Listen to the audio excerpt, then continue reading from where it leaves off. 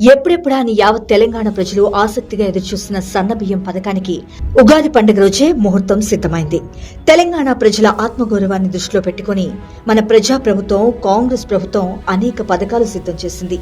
వీటిలో మహిళల కోసం ఉచిత బస్సు ప్రయాణం, 200 యూనిట్ల వరకు ఉచిత విద్యుత్, మహిళా సంఘాల సమాఖ్యల ఆధ్వర్యంలో పెట్రోల్ బంకుల నిర్వహణ, సోలార్ విద్యుత్ వంటి ఎన్నో కీలక పథకాలు చేపట్టి విజయవంతంగా అమలు చేస్తుంది. మరి ఇదే కోవలో తాజాగా మరొక కొత్త పథకాన్ని ప్రజలకు చేరువ చేసేందుకు సిద్దమైంది మన కాంగ్రెస్ పార్టీ. ఉగాది పండుగ తెలుగువారికి ఎంతో ప్రీతిపాత్రమైంది. 6 రుచుల ఉగాది పచ్చడిని ఆస్వాదిస్తూ తమ జీవితాలు సంతోషాలతో ఉండాలని ప్రజలంతా కోరుకుంటారు.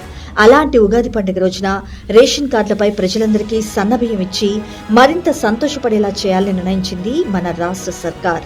పేద ప్రజానికం ఆత్మగౌరవంతో బతకాలన్న సదాశయంతో ప్రభుత్వం సన్నబియ్యం ఇవ్వనుంది. ఇందుకు భారీ నీటిపారుదల శాఖ, పౌర సరఫరాల శాఖ మంత్రివర్యులు ఉత్తమ్ కుమార్ రెడ్డి గారు ప్రాతినిధ్యం వహిస్తున్న హుజూర్ నగర్ వేదిక కానుంది.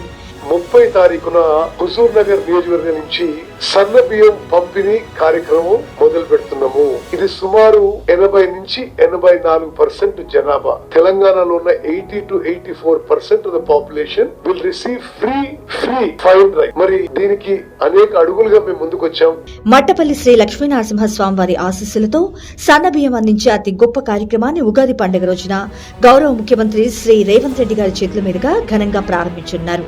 రాష్ట్రంలో 84% మంది జనాభాకు సన్నబియ్యం అందించేలా ఏర్పాట్లు చేసినట్లు మంత్రి ఉత్తమ్ కుమార్ రెడ్డి స్పష్టం చేశారు. ఒక్కొక్క లబ్దిదారునికి 6 కిలోల చొప్పున సన్నబియ్యం అందించేందుకు కాంగ్రెస్ ప్రభుత్వం నిర్ణయించి ఈ మేరకు అన్ని ఏర్పాట్లు ఘనంగా పూర్తి చేసింది. సన్నబియ్యానికి 500 రూపాయల బోనస్ ఇవ్వనున్నట్లు ప్రకటించడంతో రాష్ట్రంలో ఇప్పుడు సన్నాల సాగు భారీగా పెరిగింది. దాంతో రాష్ట్ర వ్యాప్తంగా ఉన్న సన్నబియ్యం ధరలు దిగొచ్చాయి.